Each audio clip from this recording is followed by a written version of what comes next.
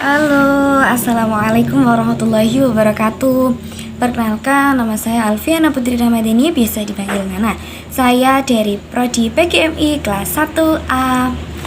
Oke, kali ini saya akan membuat video guna untuk menjawab soal UAS dari mata kuliah filsafat. Baik, pada soal pertama yaitu apa argensi dan manfaat mempelajari filsafat? Argensi filsafat merupakan aplikasi atau ideologis dalam masalah-masalah pendidikan atau ide-ide yang baik memiliki implikasi yang baik pula terhadap proyek-proyek pendidikan. Terus argensi filsafat itu juga memiliki manfaat loh teman-teman, yaitu untuk membangun diri. Maksudnya begini, kita sendiri dengan berpikir secara radikal atau sampai berpikir ke akar-akarnya. Maksudnya gini, dengan kita memiliki argensi filsafat, dengan adanya argensi filsafat, kita bisa berpikir radikal, berpikir secara kritis, berpikir hingga ke akar-akarnya. Bagaimana caranya kita yang sedang mencari jalan keluar, itu kita bisa berpikir secara matang sehingga kita bisa menemukan jawaban yang akurat dan di titik paling benar. Baik, soal yang kedua yaitu apa korelasi antara ilmu filsafat dengan ilmu pendidikan dan agama. Jadi ilmu filsafat dengan ilmu pendidikan dan agama itu memiliki keterkaitan dan saling menjunjang bagi manusia. Keterkaitannya itu mencakup tiga potensi, yaitu yang seperti yang diberikan oleh Tuhan kepada manusia, yaitu berupa akal, budi, dan keyakinan. Dengan adanya akal, budi, dan keyakinan yang telah diberikan oleh Tuhan kepada kita, manusia bisa berpikir apa manfaat kita diberikan akal, apa manfaat kita diberikan keyakinan, serta budi, akhlak yang baik. Itu berkorelasi dengan adanya ilmu filsafat dengan ilmu pendidikan, dan juga saling berkaitan dengan ilmu agama. Yang B adalah perbandingan ilmu filsafat dengan ilmu agama. Kalau ilmu filsafat itu mencari kebenaran dengan menggunakan penelitian atau metode ilmiah. Jadi kalau filsafat dengan ilmu pengetahuan itu ketika ia ingin mencari suatu pokok permasalahan atau mencari titik akhir kebenaran. Kalau ilmu filsafat dengan pengetahuan itu lebih cenderung ke pemikiran tentang ilmiah atau tentang penelitian, bagaimana cara dan seluk-beluk itu bisa sampai ke titik yang benar. Kalau selanjutnya filsafat dengan ilmu agama. Beda kalau dengan agama. Kalau ilmu filsafat dengan agama itu menjelaskan atau mencari kebenaran itu melalui wahyu dari Allah, lebih berbau ke agamis, berpedoman kepada hadis dan cenderung berpegang pada Al-Quran, lebih ke jalan yang agamis. Soal yang kecil yaitu titik sentuh filsafat dengan ilmu pengetahuan dan agama. Titik sentuh antara ilmu filsafat dengan ilmu pengetahuan dan agama yaitu jika filsafat itu menggunakan kebenaran melalui akal budi, akal pikiran yang bebas dalam mencari sebab.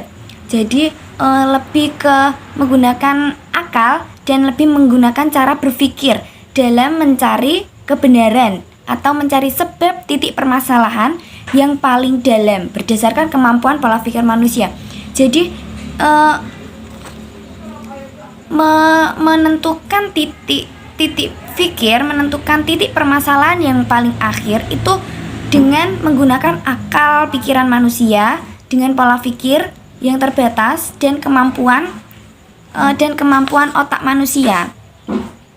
Sedangkan ilmu yang didapat itu berasal dari penyelidikan, pengalaman, serta percobaan. Jadi sebelum kita berpikir menggunakan akal pikiran dengan menggunakan kemampuan manusia, kita juga melakukan langkah-langkah yaitu dengan mendapatkan penyelidikan terlebih dahulu. Sebelum itu kita selidiki dan kita teliti, baru kita pikirkan, sehingga nanti pada titik akhir kita mendapatkan hasil yang paling akurat dan paling benar. Soal selanjutnya, yang ketiga, yaitu jelaskan pengertian ontologi, epistemologi, aksiologi, dan metafisika. Baik, yang pertama yaitu ontologi. Ontologi merupakan ilmu yang membahas tentang keberadaan atau merupakan sebuah ilmu yang membahas tentang hakikat dari segala sesuatu yang ada, baik itu berupa realitas fisik maupun metafisik. Contohnya seperti ini. Sangat bisa diterapkan dalam kehidupan sehari-hari, yaitu keberadaannya meja dan kursi. Banyak sekali pandangan gambar atau ide yang kita rasakan setelah kita melihat meja dan kursi.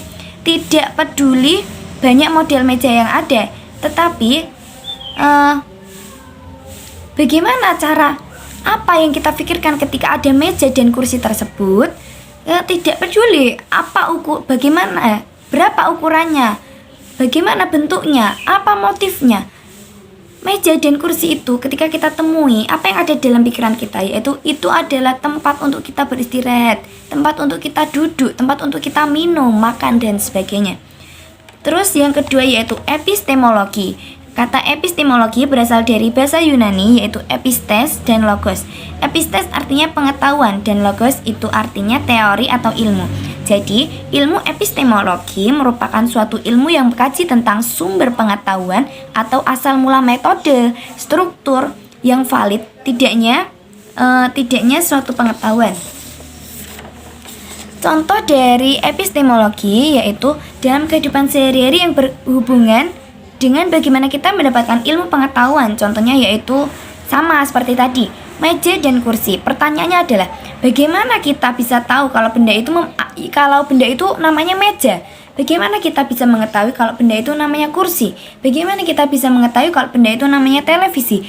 Dan dengan apa, berdasarkan hal apa, kita bisa memiliki pemikiran dan anggapan bahwa itu namanya meja, bahwa itu namanya kursi. Jadi, awal mula tentunya kita memiliki pengetahuan dan menangkap keberadaan bahwa itu adalah kursi, itu adalah meja. Melalui apa? Melalui panca indera kita bisa melihat, kita bisa berbicara. Setelah itu kita dilakukan analisa yang dilakukan oleh akal kita. Setelah kita melihat ke bagian itu, akal kita itu ikut berpikir, oh itu namanya kursi, oh itu namanya meja, oh dan itu televisi. Akal kemudian mengkategorikannya menjadi sebuah ilmu pengetahuan. Seperti tadi, oh kursi itu gunanya untuk duduk, untuk kita beristirahat, untuk kita makan. Terus meja itu gunanya untuk meletakkan sesuatu, untuk meletakkan barang. Seperti itu. Terus selanjutnya yaitu aksiologi. Aksiologi berasal dari bahasa Yunani, yaitu aksio dan logos. Aksio yang artinya pantas dan logos yang artinya layak. Jadi aksiologi merupakan suatu teori nilai yang berhubungan dengan kegunaan dan pengetahuan yang diperoleh. Aksiologi didapatkan sebagai ilmu yang membahas tentang hakikat, manfaatan, dan kegunaan pengetahuan yang sudah ada. Contohnya bisa diartikan dalam kehidupan sehari-hari ya. Misalnya dengan contoh kita berpikir rumah mana yang akan kita tinggali. Mesti kita tuh berpikir, oh rumah ini layak. Karena apa? Karena saya nyaman, karena lingkungannya saya suka, dan keadaan dalam dan luar rumah juga sangat bersahabat dengan saya. Seperti itu. Juga dengan itu kita juga mudah untuk mengambil keputusan dengan cara meneliti. Oh rumah ini bagus, keadaan sekitarnya juga nyaman, orang-orangnya juga baik. Oke, saya mengambil keputusan untuk tinggal di sini. Jadi seperti itu. Aksiologi itu kurang lebihnya seperti itu. Baik, selanjutnya adalah metafisika. Metafisika adalah cabang filsafat yang berkaitan dengan proses analisis atas hakikat fundamental, atas hakikat yang mengenai keberadaan dan realitas yang menyertainya. Kajian metafisika umumnya memporos pada pertanyaan mendasar mengenai keberadaan dan sifat-sifat yang meliputi realitas yang di. Baik, ini adalah soal yang terakhir, yaitu apa yang dimaksud dengan proses berpikir ilmiah, proses berpikir secara krisis, dan proses berpikir secara rasional. Yang pertama yaitu proses berpikir secara ilmiah. Proses berpikir ilmiah adalah sebuah metode yang fokus untuk mencapai suatu tujuan berpikir yang optimal. Proses berpikir secara ilmiah ini biasanya seperti yang kita alami selama sehari-hari, biasanya proses yang biasanya digunakan pola berpikir oleh orang-orang di sekitar. Proses cara berpikir yang dasar. Gimana cara kita untuk mengatasi permasalahan-permasalahan? Kita berpikir menggunakan cara proses berpikir ilmiah. Terus yang kedua yaitu berpikir secara kritis atau critical thinking. Memiliki arti kemampuan berpikir secara kritis, hal yang cukup krusial atau hal yang cukup sangat sulit untuk difahami yang dilakukan oleh orang-orang yang biasanya disebut dengan cara berpikir kritis adalah memiliki pikiran yang seimbang, menerapkan modernisasi di mana mereka berpikir antara overthinking dan underthinking.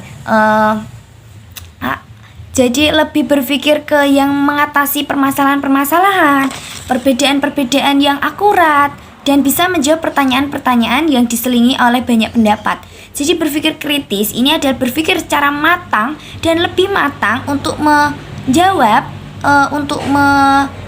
mengetahui titik akhir di mana ada permasalahan-permasalahan, perdebatan-perdebatan, dan perbedaan, sehingga di mana permasalahan perbedaan itu dikumpulkan menjadi satu, lalu kita berpikir secara krisis untuk mendapatkan hasil atau titik akhir jawaban yang akurat dan tepat.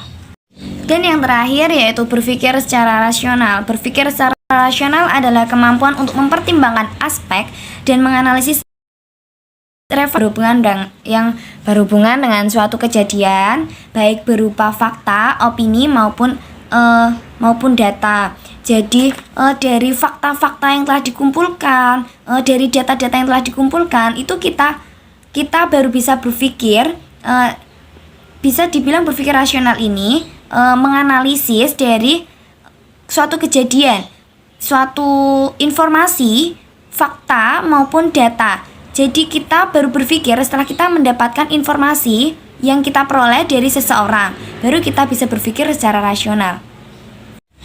Oke, mungkin hanya itu yang dapat saya sampaikan, mungkin hanya itu yang bisa saya jawab. Kurang lebihnya saya mohon maaf apabila ada jawaban yang mungkin kurang tepat dalam proses saya menjawab. Saya mohon maaf yang sebesar-besarnya. Wabillahi taufiq wal hidayah. Wassalamualaikum warahmatullahi wabarakatuh. Dadah.